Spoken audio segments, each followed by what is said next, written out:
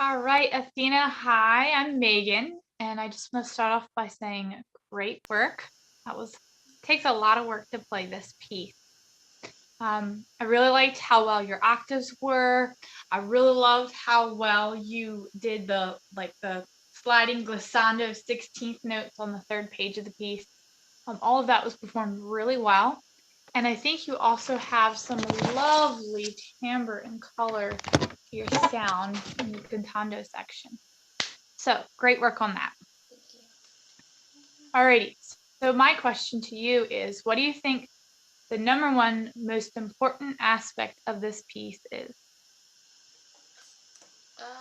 On the first and third pages, you have to keep the 16th notes steady.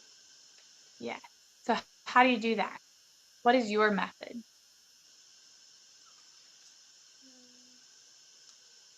I kind of, it's like I count the 1, 2, 3, 4 in my head, and then I play the 16th notes. Yes. Yes. Okay. So what I have found in my personal experience as a musician playing, but even more importantly teaching, rhythm is the most important aspect of this piece. And the way I really like to work on it in this piece is feeling the pulse. So have you ever heard of someone say, you need to feel the pulse? Yes. Can you feel the pulse in this piece? Okay. So like when you play the opening beginning, can you kind of bounce? Let's see here. Let's just play maybe like 2 or 3 lines from the beginning. Can you move or bounce to the pulse with your upper body?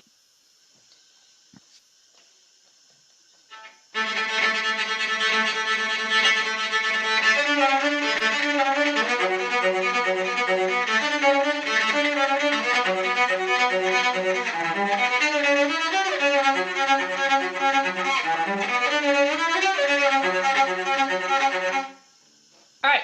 So this time I was actually able to tap my foot along with you. Whenever I teach this piece, the first thing I do when my students are playing is I try to find that pulse. And the first time you played through today, I couldn't find it at all. So I feel like when we take the time to put the energy into, okay, let me feel the pulse and maybe even make some movements, even though it might not be visible to viewers, it just automatically organizes everything and really gets us on the right track. Does that make sense? Okay, another thing I wanted to mention, and that I noticed when you came back to the opening melody on the third page after the glissando, is that you know how it goes 1A, which is really up here, right? You did. Did you realize you did two there? Yeah. So I know everybody learns differently, but I'm just going to tell you what works really well for me and what I've noticed has helped students is first start with the rhythm. So feeling that rhythm, making sure you, as you play,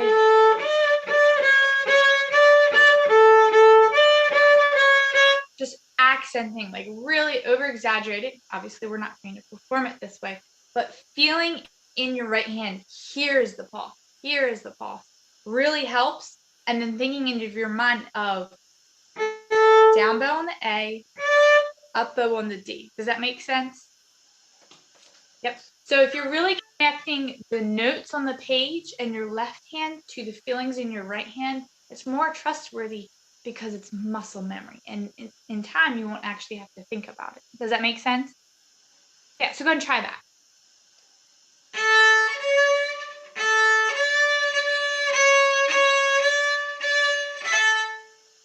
Okay, good. Very good.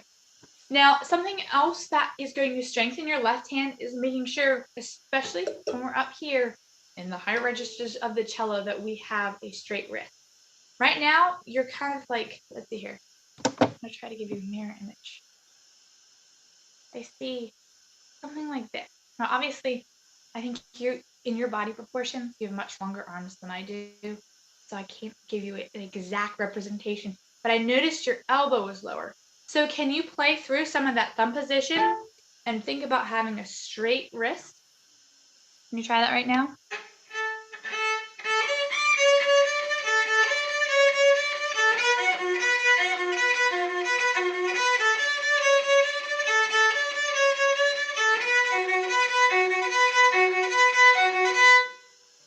All right, not too bad, not too bad. Do you have like loose jointed fingers where they collapse like that? Do they do that? Are you trying to avoid that when you're playing in thumb position? Okay, is that because Dr. Borowsky wants you to, or I don't want to step on your toes, Dr. Borowsky. I don't know. I feel like I just kind of do. Okay, so generally, if you can avoid it, yes, please do. But you're gonna find in some parts, it's actually more work and more trouble to have these nice curved fingers than it is to just let them collapse. So let me give you a nice up close example. Just want to make sure that, there you go. All right, so here I have my thumb. Yes, I got my nails done. Yes, I followed them down too, so I can play properly. So when I play on my third finger, I have to collapse my first and second. I just do. Otherwise, I just don't have the right support, and I like to put the weight on all of my fingers. Maybe lean a little bit more on my third finger when I'm using it. Does that make sense? All right. So the reason why I'm taking this route is if you raise your arm a little bit, you're taking the energy from your body and the weight of your upper arm, and you're using that to get your fingers to the string. And that removes the work of pressing the fingers from the string from your palm. Are you following me there? Yeah. So the less work your hand has to do, the easier it is to use it and the less tired it'll get. Does that make sense? All right, so go ahead and let's just try again in that upper register, this part. Okay, go really slowly and listen to your sound and feel your arm's weight going into your fingers. When we create a nice solid connection on your fingerboard, it improves your sound quality.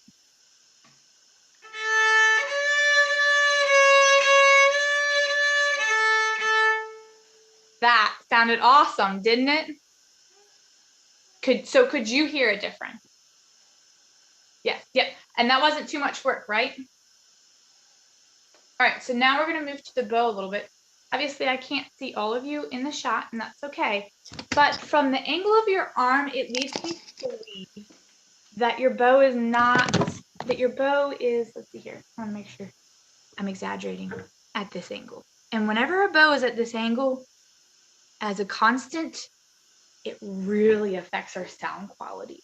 So let's go to the beginning of the piece where we're in first position and not struggling with the challenging thumb position too, and focus on getting your bow more or less 90 degrees with the string. Go ahead.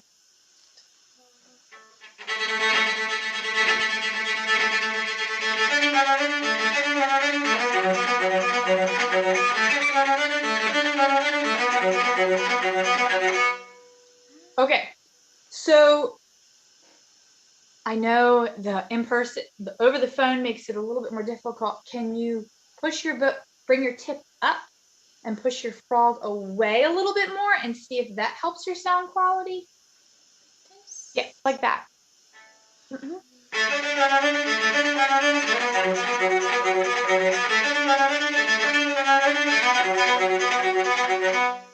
Okay, do you hear a difference? Not really. Not really. It sounds a little bit clearer to me. That could just be that you're changing your pressure. But that's something to check with Dr. Borowsky about and experiment. That's something you can experiment with on your own. Alrighty. And then there was one other thing I wanted to talk about phrasing wise in the cantando section, and then I'm going to wrap it up. So you made a lot of beautiful notes, some beautiful vibrato, but I just heard notes. I heard individual notes. So what we need to do is have a little bit more direction in the piece where we're connecting the notes. So for example, with your vibrato, make sure that you continue your vibrato from one note to the next and that you don't stop to put the next finger down. Does that make sense? Probably. And then just with your bow, make sure you keep your bow moving and that you don't slow it between groups of notes, because that's going to also kind of break up the flow. Try that.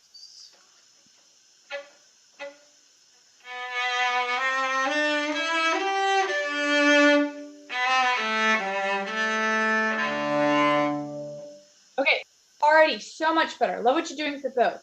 Do you think narrow, fast vibrato is appropriate for this section?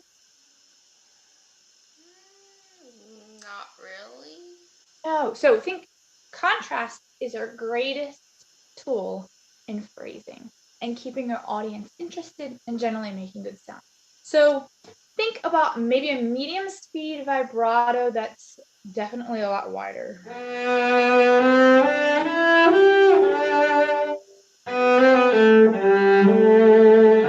In fact, maybe even less vibrato. Vibrato isn't needed for every single note to sound good. Go ahead and try it.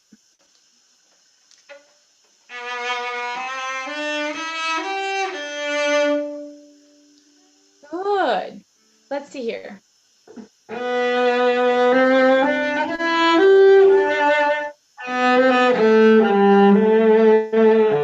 you hear how mine is really wide? Okay, so right now you have really nice, beautiful fingers, but they're small. And sometimes with small fingers, it's challenging for us to get a wide wobble, right? Okay, so one thing you can do, I think actually Emmanuel, Francis' brother, showed me this, but it's really handy, is practice wobbling. Do this when you're Nordic fan, okay? Practice wobbling on all your fingertips to realize, okay, I actually can have a wider roll here and get this I want. Try that. Good. Now, do you feel how it's really awkward at first? Yep. Keep doing it that slow until you can comfortably and smoothly do it. Once you get to that stage, then you can work on doing it faster. The reason it's awkward at this point is because you don't have the control. And really, everything boils down to control. All right, well, I'm going to finish with that. Do you have any comments you want to say, Dr. Borowsky? Not at this point. Everything, pretty much everything that you covered was really helpful. I took notes, so we'll continue on that with Athena. And yeah, it's always helpful to get another set of ears and another set of eyes listening, right? So Yeah. hopefully you enjoyed that as well, Athena, getting to hear. I think some of it also overlapped, or really a lot of it did overlap, as is often the case. And we'll continue on. So thank you so much. I really appreciate it. And now I get to work with Amanda, right? So Amanda is going to be playing Allegro Appassionato by Camille Saint-Saëns.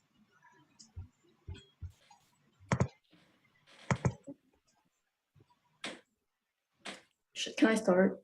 Yeah, please do.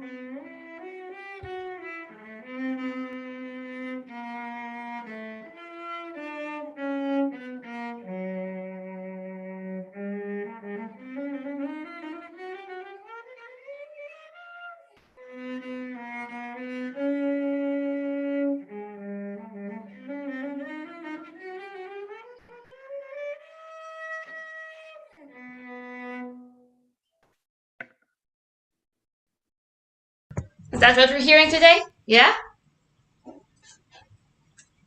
Great, great. When did you start working on this? Do you know? Like, maybe like a month or like a couple weeks. One more time? It wasn't catching you. Probably a month.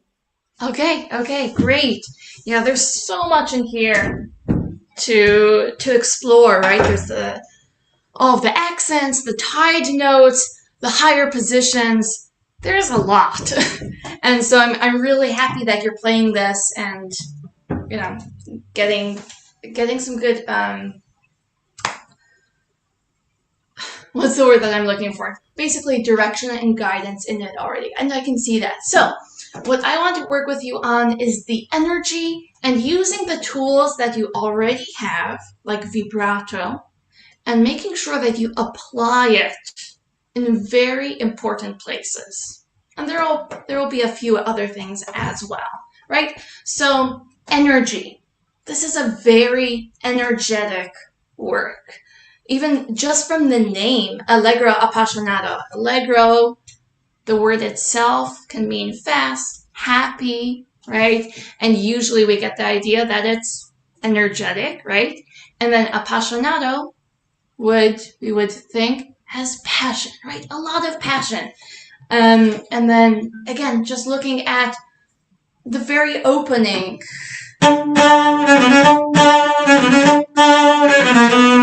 It's like really poking you to say, hey, here I am, I'm playing. I had 4 measures, of introduction, but I'm the cellist. You guys listen to me. I want you to get me to feel that, no matter what your tempo is, right? Even at a more, not necessarily relaxed tempo, but let's use the word controlled tempo, right? You can still put all of these ideas and concepts into action, okay? So, right? Even at that tempo, and then bumping it up around yours.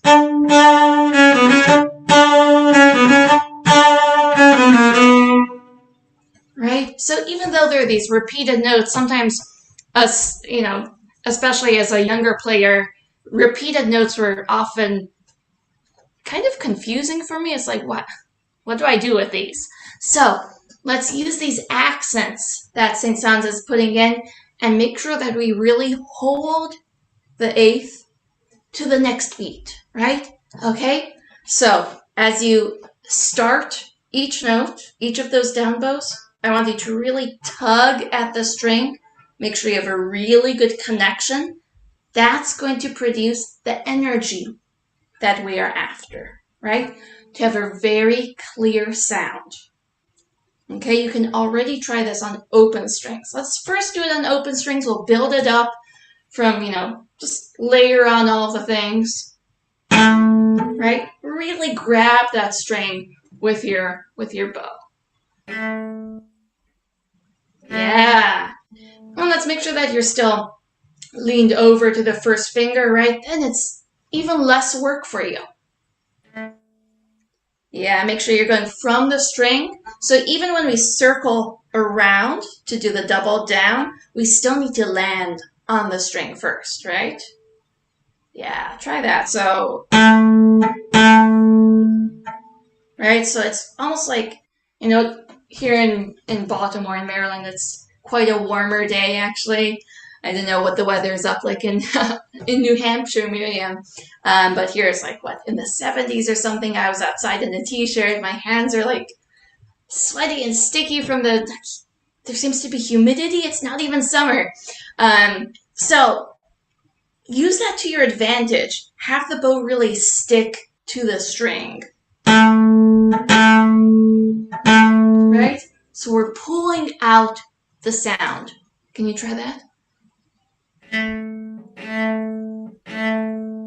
Yeah, okay. So you're looking at me like, I don't see or hear a difference yet. You're missing one component still. Can you place your bow on the string? And you're so stuck to it that if you move a tiny bit, you're wiggling the string. Wiggle the string, but don't make a sound yet. Right? Your string is moving underneath of the bow. And now if you move the bow, there's going to be a pop-up sound.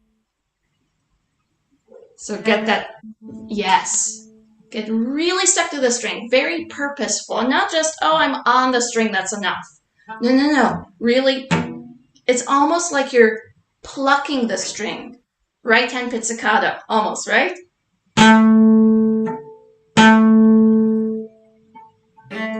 Yes. Yeah, and that pulls out the resonance from the instrument. As, you know, I don't want to say extra credit, this isn't school, but you should be able to, right? I'm not going to ask you to do this today, or right now rather, but I do encourage you to try this at all points of the bow, and in both directions, up bow,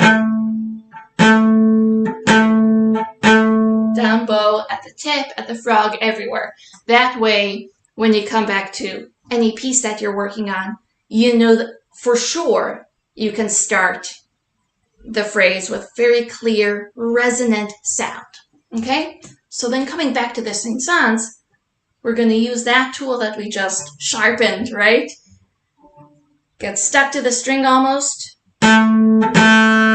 Right? So we're pulling that sound, and then even for that tied eighth note, we still want to have good connection to the string.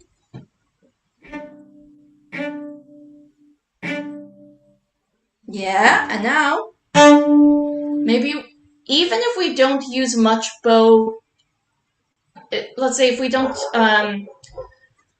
use a lot of bow for pulling out the sound, we can still continue the motion. Okay? Right? I still move my hand because I have to circle around. And that should help with the resonance. Yeah. Now let's continue for that second note. Stay on the string.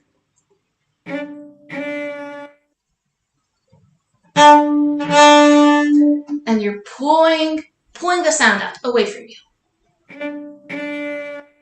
There you go. And a little bit faster bow. Whoosh. There you go. Make sure that even as you get past this area, you're still using that first finger to provide weight, to transfer the weight from your hand, right? So as I get further along, I'm making sure to still lean into the bow, right? And then the speed at which I'm pulling the bow helps create that resonance, that beautiful sound that we're after. We're always after beautiful sound when playing, okay? It's not just moving the bow across the strings. You're producing sound with the bow. It's very important.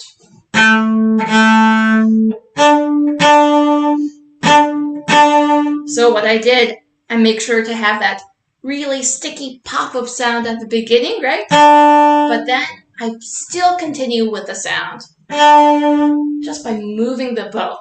Continue the motion. Try that out. There you go. That's already better. We'll continue working on it in other places. There are a few other things I want to cover with you. I noticed that you do vibrate some notes, which is good. Let's vibrate more of them right from the very start. So if you can also put on your to-do list, work on that fourth finger vibrato. So right from the beginning, we can vibrate. So that kind of warms up the sound. There you go. So continue. Don't forget about the bow. Continue that sound. Continue that motion. How about do a couple of open A strings? And again, just to practice it. Just to practice the motion of the right hand, and then add in the left.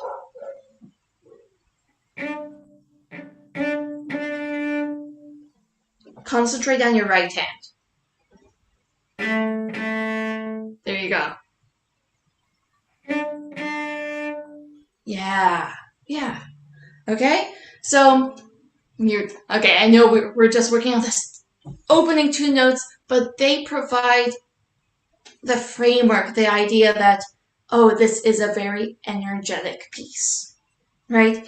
If we play those first two notes in a laid back, I'm not sure about this piece manner, you're not going to convince anyone, right? So it is important, but I'll make sure that we check a few other things. So all throughout this first phrase, make sure that the pulse is clear. Just what Megan was saying to Athena about making sure that pulse is clear and steady. You have a slightly different job in this. It's similar, but because of those tied eighth notes, 1, 2, 2, 3,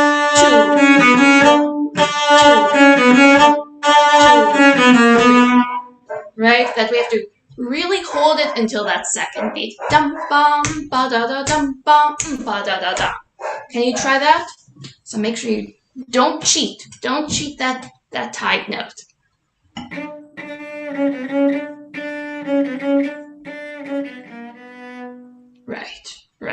Right. So copy, paste, and again, I know some of the bowing things are a little bit new, so don't worry.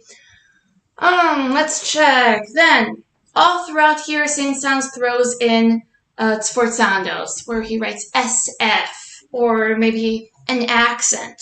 So for me, it's on the third line we get to the F sharp.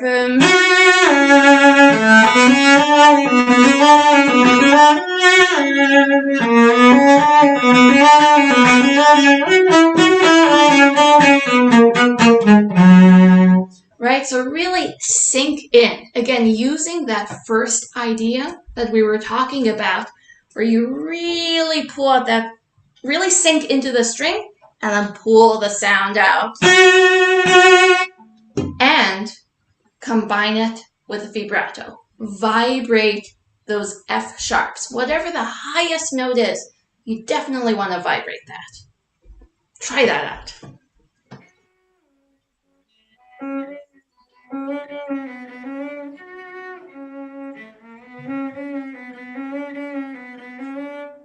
Yes, that's going to already create a different impression that, oh, you understand. Amanda understands that these high notes are very important. I hear that sforzando already. It's more beautiful, right? Because of the vibrato and you're pulling out the sound. It all works together. Every detail, every technique helps serve the final musical goal, okay? Again, we have to listen. Think about what sound do we want to produce. And thinking, speaking of, let's say, the musicality and the pulse, putting that together, in that next line where we have...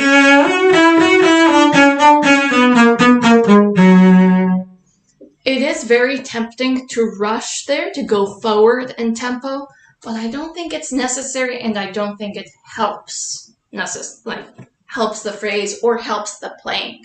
So make sure, just be okay with steadying your horses as if you're, just, it's okay to hold back there because we're about to go racing off with 16th notes, right?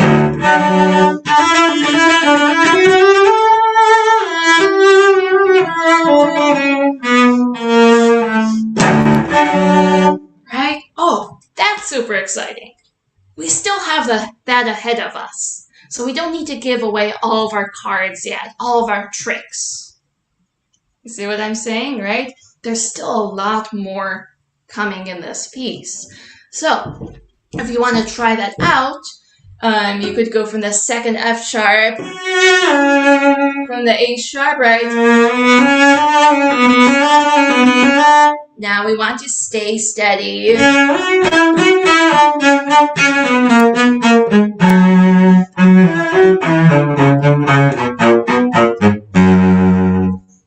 Here I am. Try that out.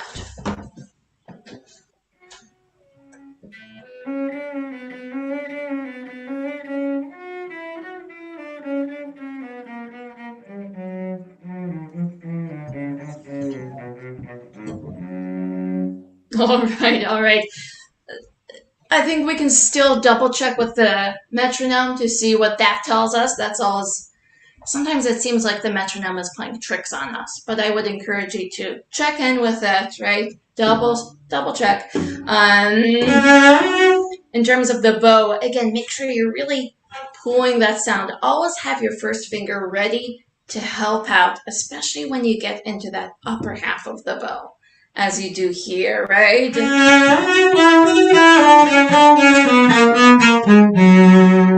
Now here, if you're already out here, out in the upper half, again, you really need to lean in with that first finger. Otherwise, you're going to lose sound.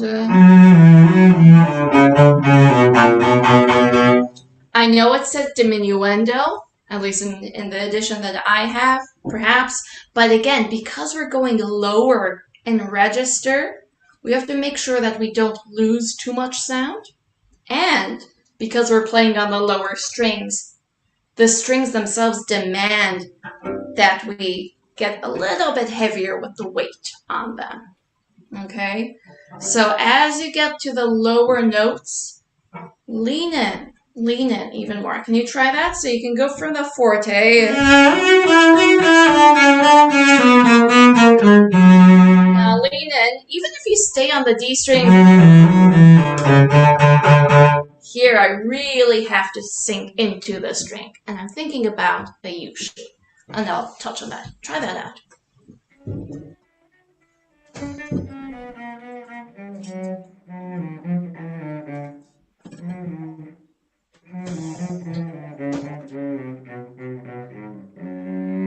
Yeah, let's double check that. If you can play an open G string and produce a sound that you think is, something that you would want to listen to, beautiful. With core, right? Let's move that bow a little bit further up because you'll be in the fourth position. So a little bit further from the bow. Yeah, there you go. You just play an open G. There you go. Do you feel that resistance? That's what you want there. That's going to help you. So try that.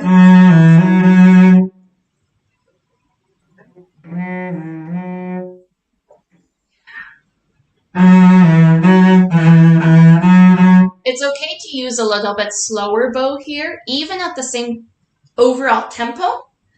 It helps with the sound. So in these lower strings, it's not so much about how much bow we're using. We can use less bow and condense the energy. Yeah.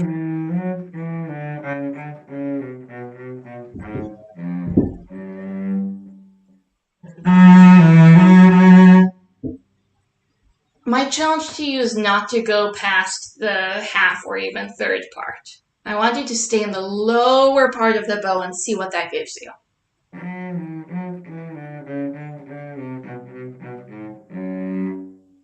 That's on the right track, right? I think right now it's a totally different sound than what you're used to and a different feeling also, but it's going to be easier to mold that into good, healthy resonant sound, okay?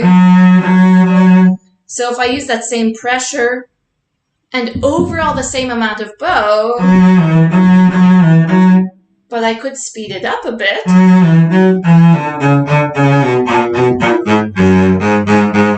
You see how I am a little bit quicker, but I'm not using more bow. It's condensed. Can you try that out?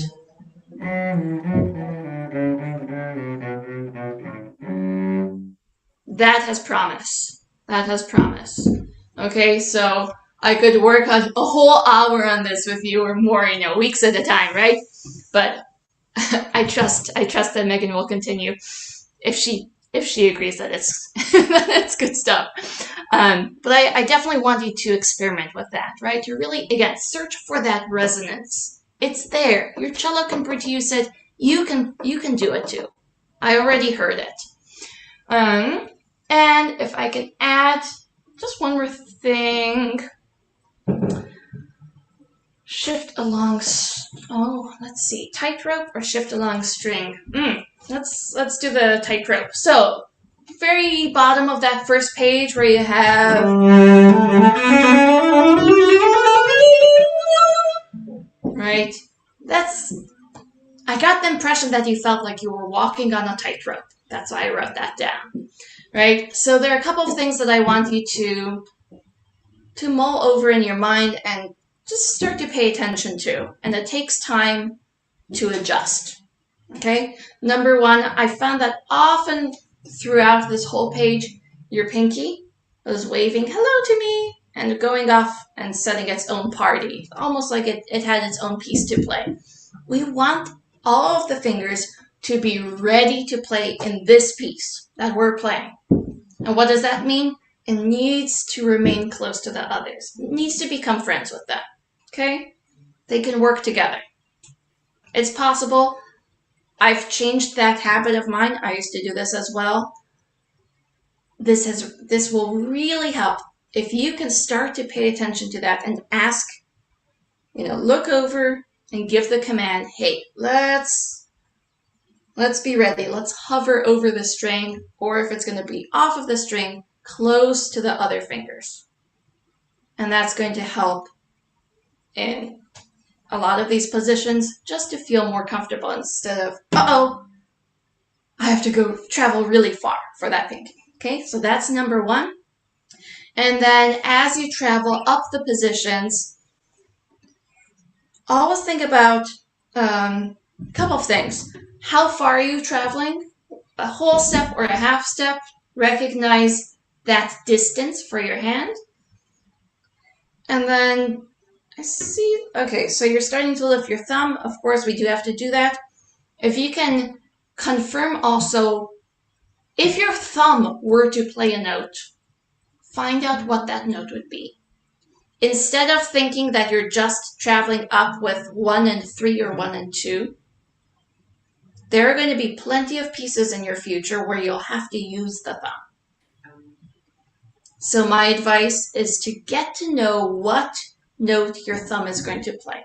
And it should, another thing to pay attention to, and it should be able to form an octave with your third finger, right? So you're traveling in positions. Let's see. I don't move it up yet here. So here it would be, let's say, on the B, on the right. If I would move that thumb over to the D string, it's an octave. And that gives me more stability, more confidence. I don't have to think anymore, oh my gosh, I have to move one finger at a time up into these high positions, but rather keep your thumb in contact with the string, lightly. It doesn't have to press down, but that will already feel like, oh, the whole hand is involved. It's not just scary on the tightrope there. Okay, so pulse, right? Making sure you hold over those tight notes, getting that energy, so really getting good connection with the string right away, and continuing the motion to produce the resonance that we want. Double checking with that metronome so we don't rush forward, keeping in mind that there are places, more exciting things yet to come in this piece. About halfway through, when we're traveling into really high positions, make sure that thumb comes along with you and knowing that it has a place. It has a place. It might not be playing notes there, but it's still important and it will help you feel secure. And vibrating those high notes, especially when you have an accent or sforzando, it will change the kind of sound that you're giving to us. Okay? So that's a lot of stuff right there. But I think even if you take 1 or 2 elements at a time, that's going to help a lot with just bringing this and really everything to the next level. Really good to hear you. Thank you.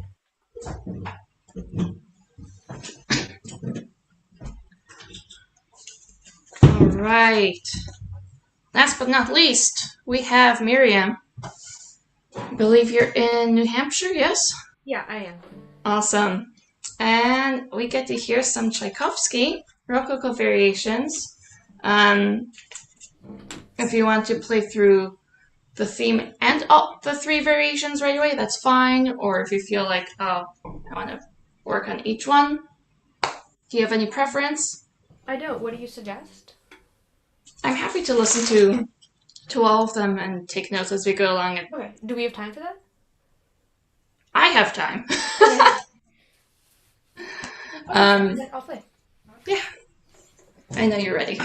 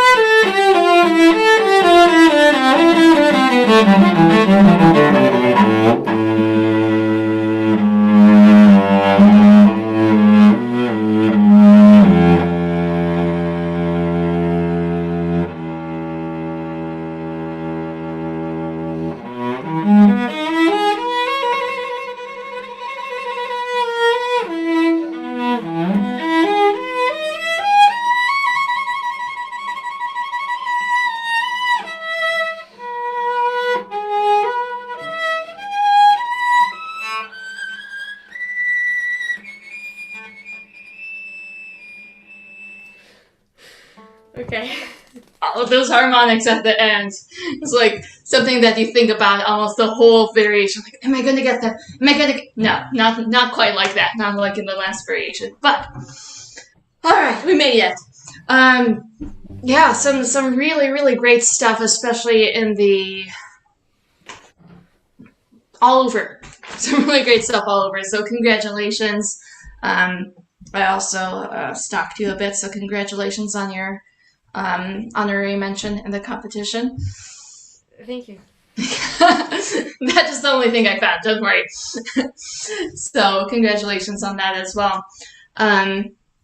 Yeah, so this is a wonderful piece. I think I started learning it around your age as well. So I've had a nice history with it. I love the...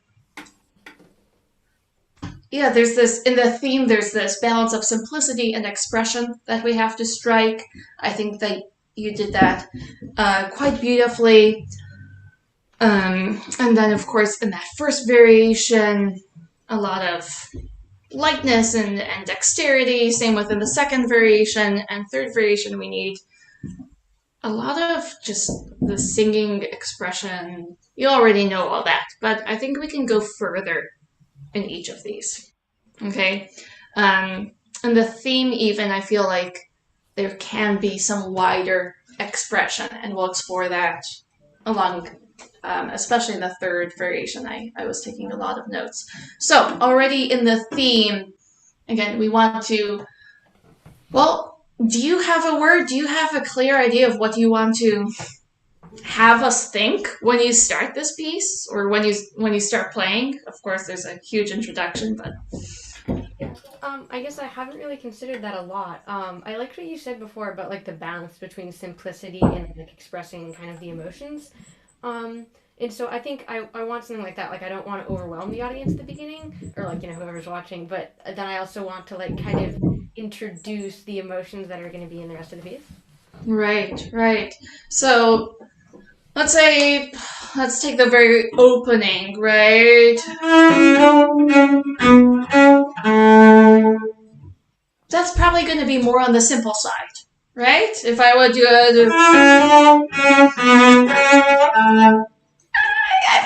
I'm sure some people have done that, and I don't want to offend anyone who has, they're watching. But again, it's so having again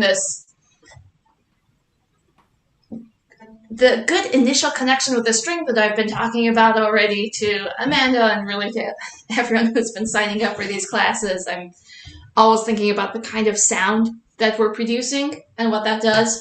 And that actually reminds me of a lesson that I once had on this, where the teacher asked me to play through the theme without any vibrato and using just the bow to create the expression that I wanted.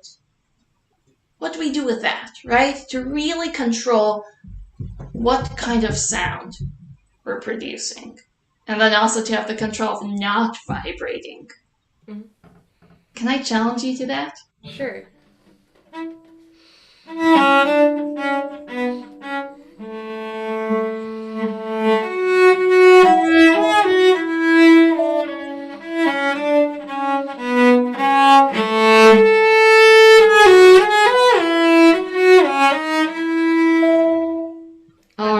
All right.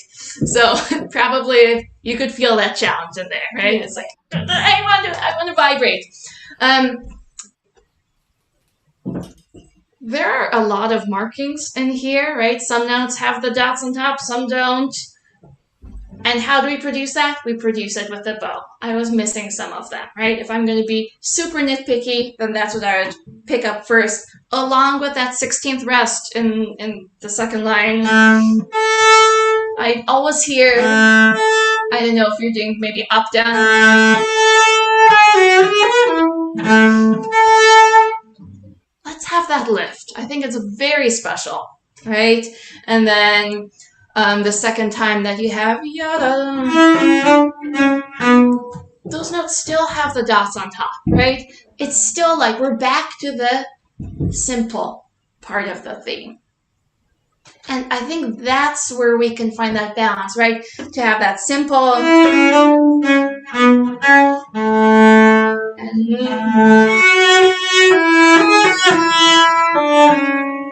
I'm refraining from vibrating.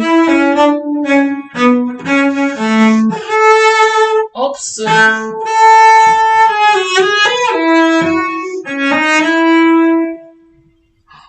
And suddenly we have both things already, right? Of course, now if we add in vibrato, right?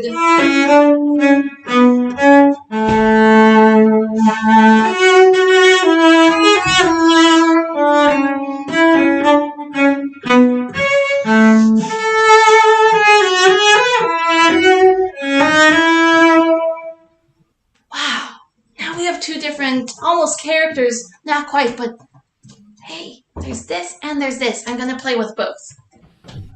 Let's try that. Okay.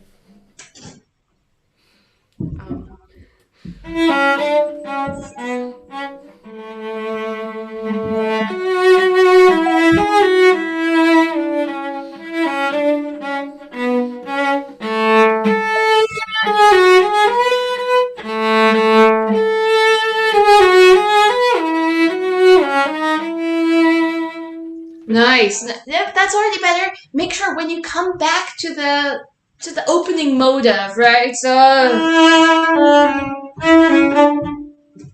jump back into the light version of this, right? So sync, rich sound.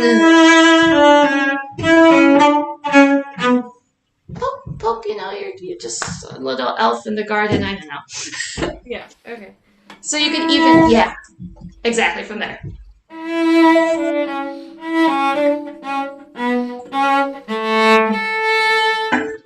I think we can get even lighter. So maybe start right on that motive, as if you're starting the theme. Okay, trick yourself.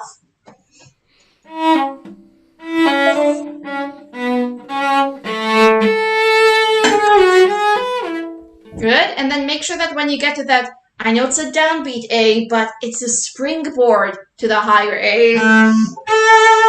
That's where we want to go. Not, I got stuck, sorry guys. Again.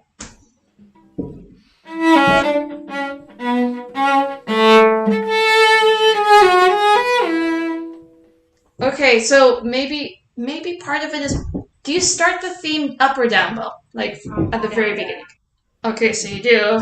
And yet I get the impression that when you start this theme, it's still lighter. Make sure, remember that whole, you start that note and then the bow is still traveling to create that resonance. We still want it the second time around as well, and the third and the fourth time.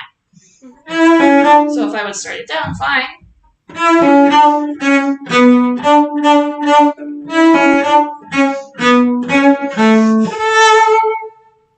Okay, keep that bounce, bounce, bounce. We're still moving. No, don't get stuck in the eighth notes. Okay.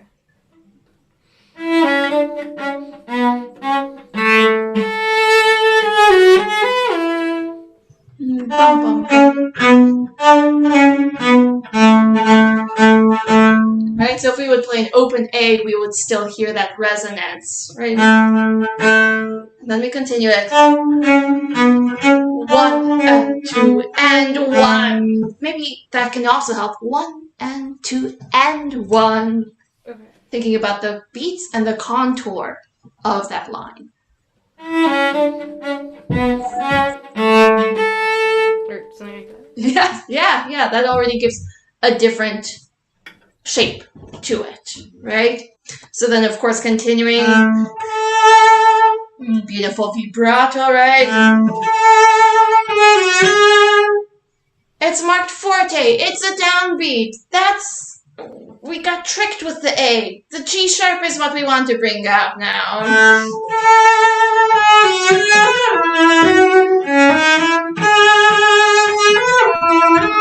It's not easy, I understand, but we need to feel, okay, if nothing else, sink in with that bow, right? Create that emphasis with the bow.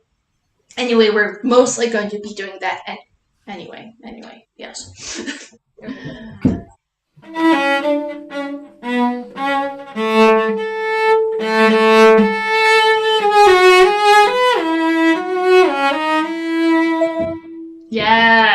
Yes, right?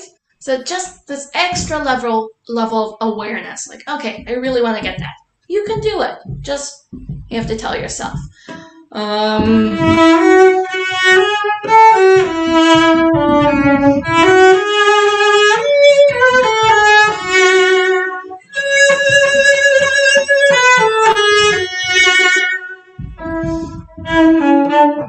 So I guess we're still in the romantic, that side of it, right?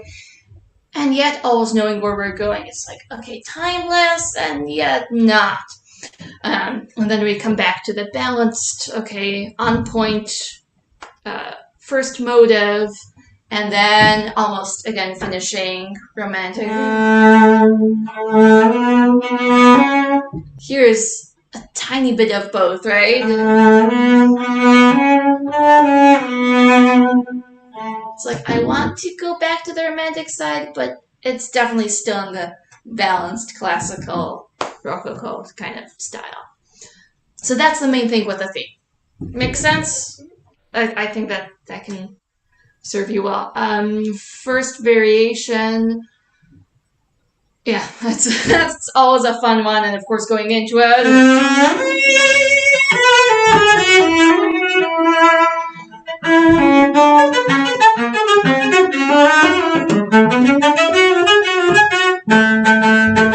Always thinking, how can I bounce out the notes as opposed to just, okay, I have to be short, so make sure I scrub out those notes. Maybe a slight change of approach to them. Thinking about bouncing them out. Can you just see where that idea leads you? I know I'm not going into technique, but... Like, should I just start from the beginning? Yeah.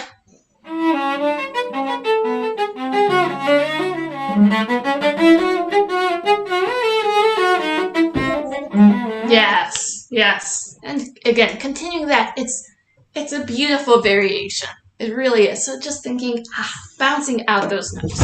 Like, I don't know, blowing bubbles almost. So that would be my main commentary there. I'm kind of speeding through because I want to get to the third variation because I know that a lot. Second variation. What did I even write? Jeez. I can't read my notes. But that really high B at the top of the last scale. Sorry. Make sure that no matter what happens here, no matter if you miss something or whatever, it's like, I'm going to get that beat and I'm going to really play it out. Right? It's forte and accented. Again, small detail in a way, but it can make another kind of impression, like, oh, yeah, she kind of shied away from that, as opposed to, oh, cool, nice. She's going for it, no matter what. I like that energy. Okay. Let's give her, a placing. Whatever.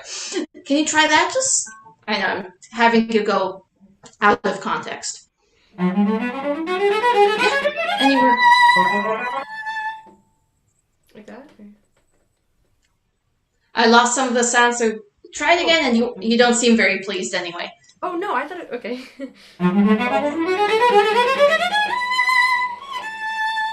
All right, nice. And, okay, I won't switch fingerings now. I wonder if it can still be more sparkly, if you can try, just experiment with that articulation a bit. It seems very much like, okay, I'm going to be close to the string with my bow, and of course we will be, but even on the lower strings, we can get a little bit sharper articulation. Okay. Can you try that?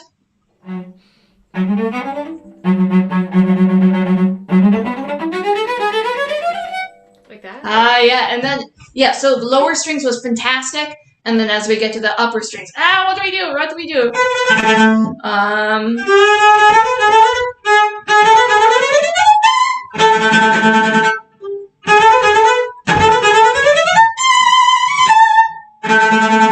It's just almost like throwing the bow, almost like in the Genzo, or right?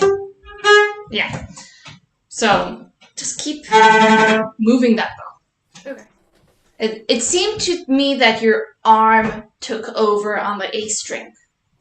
Maybe because you were so concentrated on getting good connection on the lower strings, and so you thought that you needed that weight. When we get to the A string, though, we need to gain more of the flexibility of the hand. And that's what's going to help continue that sparkling bounce. Do you want to try any of that or experiment with that? Yeah?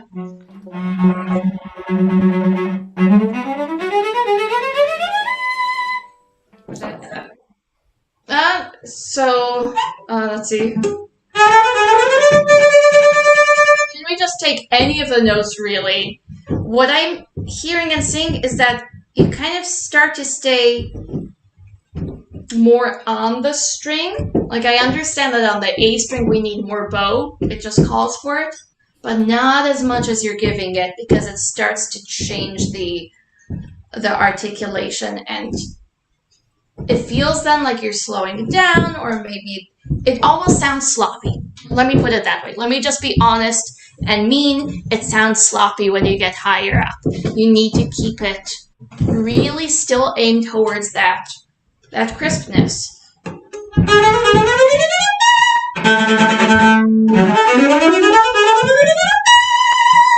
Right? So keeping that bounce.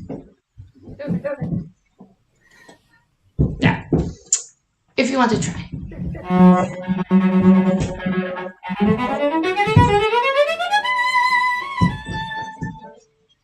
Can you try it a little bit further out in the bow?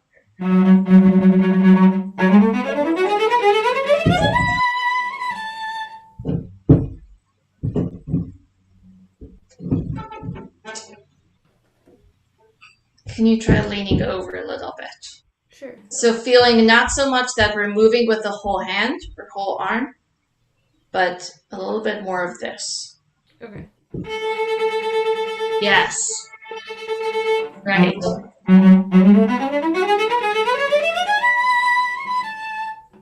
A slight change creates a huge difference.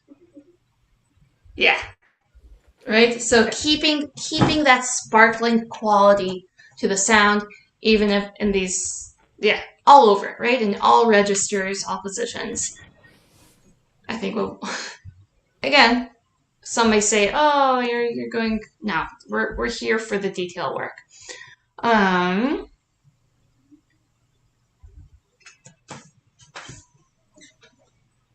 In the connection to the third variation, I'm not sure that I would do so much of a ritardando as to thinking how to develop to the culmination of this, right? Well, definitely to the G, right? So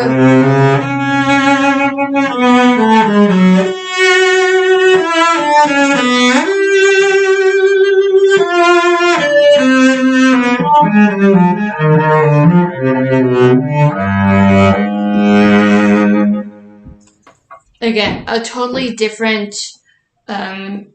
interpretation than what you did in terms of timing.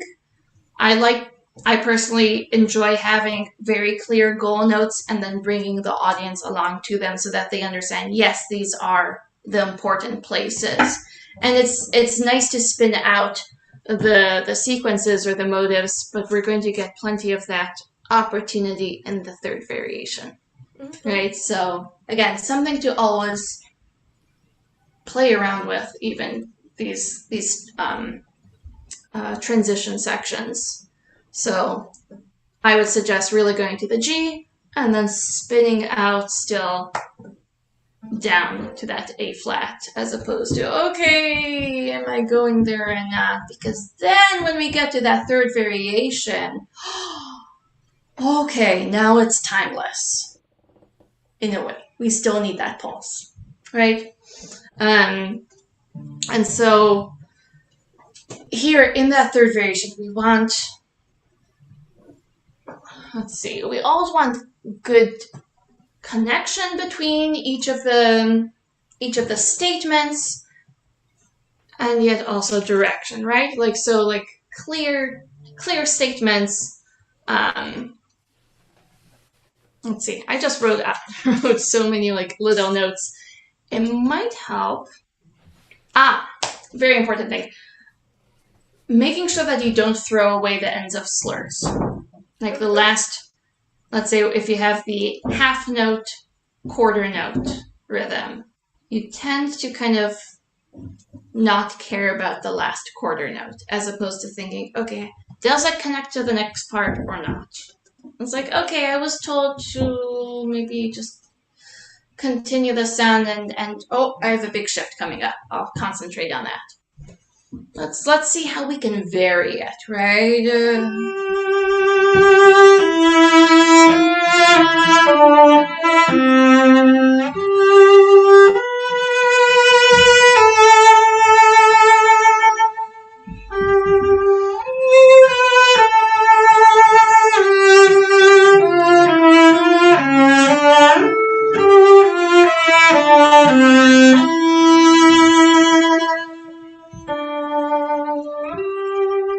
Right, vibrating even to the very end.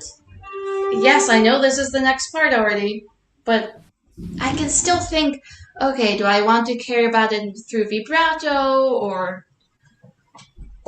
is it the end of this whole phrase, or is it right in the middle? Each of them they're different, right? Can you explore that? Sure. Do you mean right now, or? A little bit, right? Just so we get some more concrete ideas, then I can give you better feedback.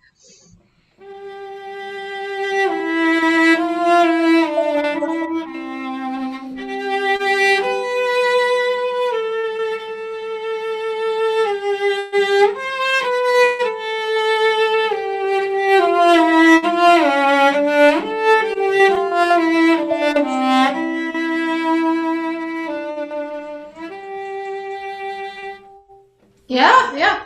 So a lot of nice things. Again, there's Tchaikovsky writes a lot, or maybe it was the cellist, Fitznagan, who wrote the dynamics.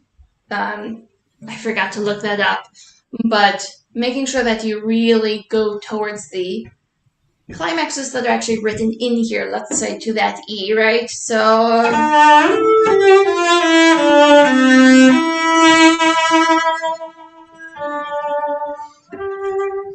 It's weird. It's a weird place. I get it. But why not? Why not try it out at least before you say, oh, I'm going to do something different? Yeah. And otherwise, it starts to seem like, oh, the phrasing is all the same, as opposed to, oh, there's a variation. Even if you do exactly just what's written in the score, then there's a lot. Then I wanted to just touch up on in the second page where we have the wonderful repeated sections where it has poco, poco stringendo.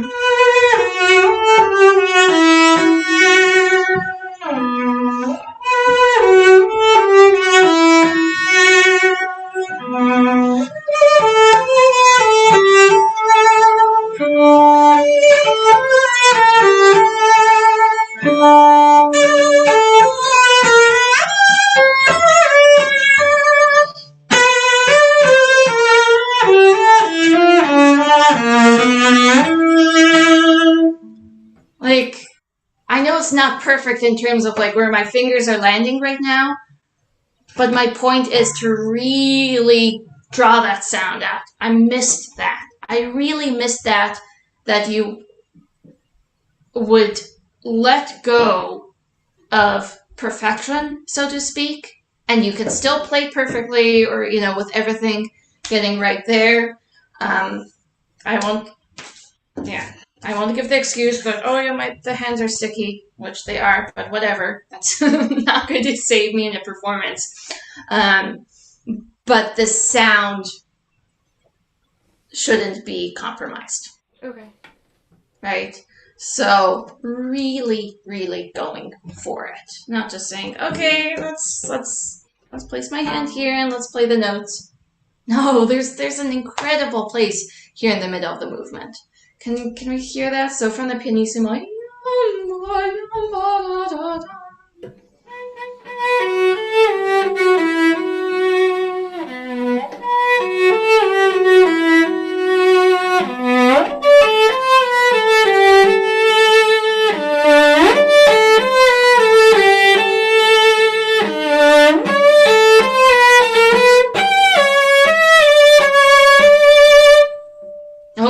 All right, that's we're getting there. I'm not yet convinced that the quarter notes leading up to are pickups to the next measure. I feel that they're more endings of the phrase.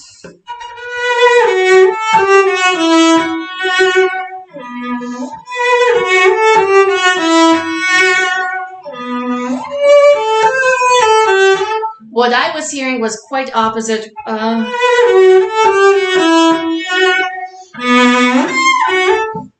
I'm exaggerating a bit, but that's what came across. Okay. See if you can really pull back on those, or at least, or on the, it could be that you give more to the downbeat. Okay. But I think a combination of the two would help solve this. Can you try that out? Yeah.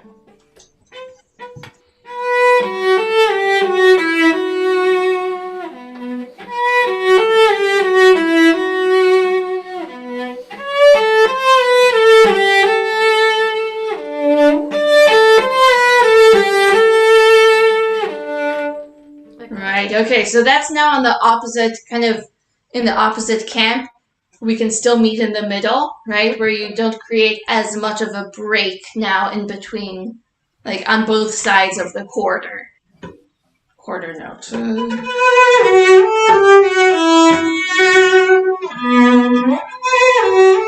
So, of course, I see that you were separating each of these.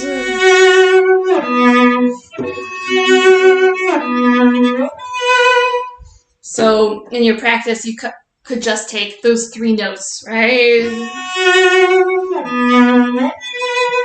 Ooh.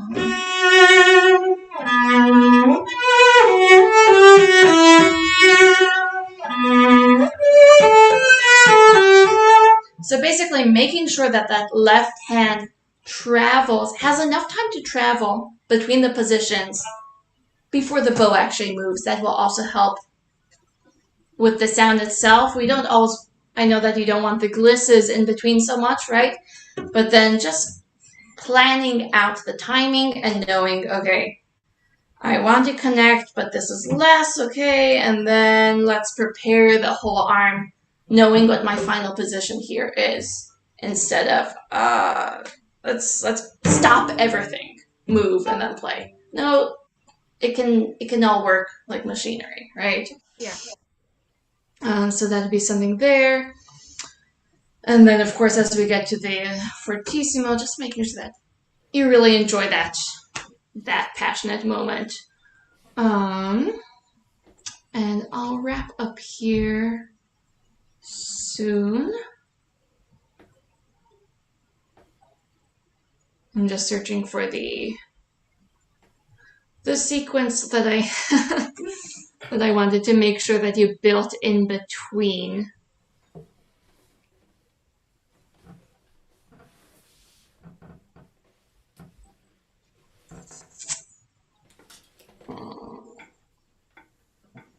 Of course, the stringendo after that tempo, so you'll find it.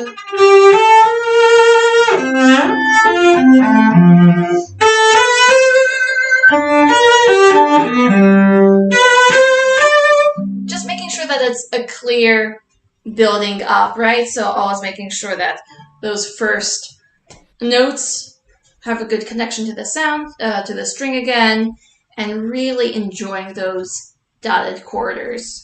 Because we're building up way from piano all the way to fortissimo, right? And then really enjoying the rhapsodic and dramatic nature of what follows, right?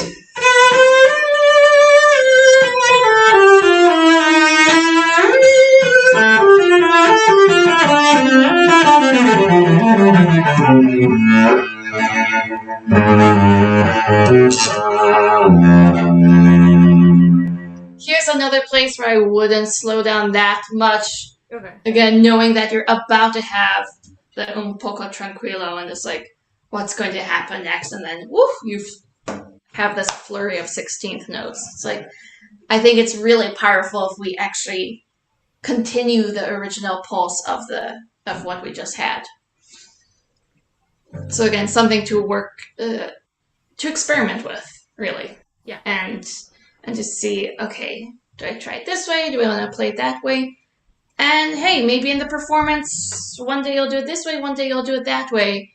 Or you'll get convinced by a whole different other version. Or, I don't know. There are always things, but unless you explore it, you won't actually know. Like, I've changed my timings and my understanding of the pulse and what are the goal notes and so on many times over the years. And that's a good thing, I think, right? To try these things out. So yeah, just keeping in mind where are the final goals, right? So we don't distort the pulse before then. Making sure that we vibrate those final goal notes. Sometimes you would not quite do that. In the theme, balancing between simplicity and the romanticism of it. Lightness in the scales and in the first variation. I think you did that beautifully. It just added a whole nother layer of happy. And yeah, shaping, like thinking about the connections in and between the sequences or the half notes and the quarters, right? How do those actually work together or not? They do. So a lot, but at the same time, not so much. Yeah. Okay. Thank you so much. Thank you, too. Thank you to everyone who's watching. I will eventually be posting more dates for some of these. They were originally put together as pre-masterclasses in a way to some guest masterclasses that I have at Lebanon Valley College where I teach. These ones that I'm giving are in part sponsored by the Interviews International Music Institute and Festival, a summer program taking place in June and July in Maryland. We're offering both online and in-person participation options this year. So something for everyone. And yeah, I look forward to giving more of these throughout the year. So keep in touch. All the best to all of you. And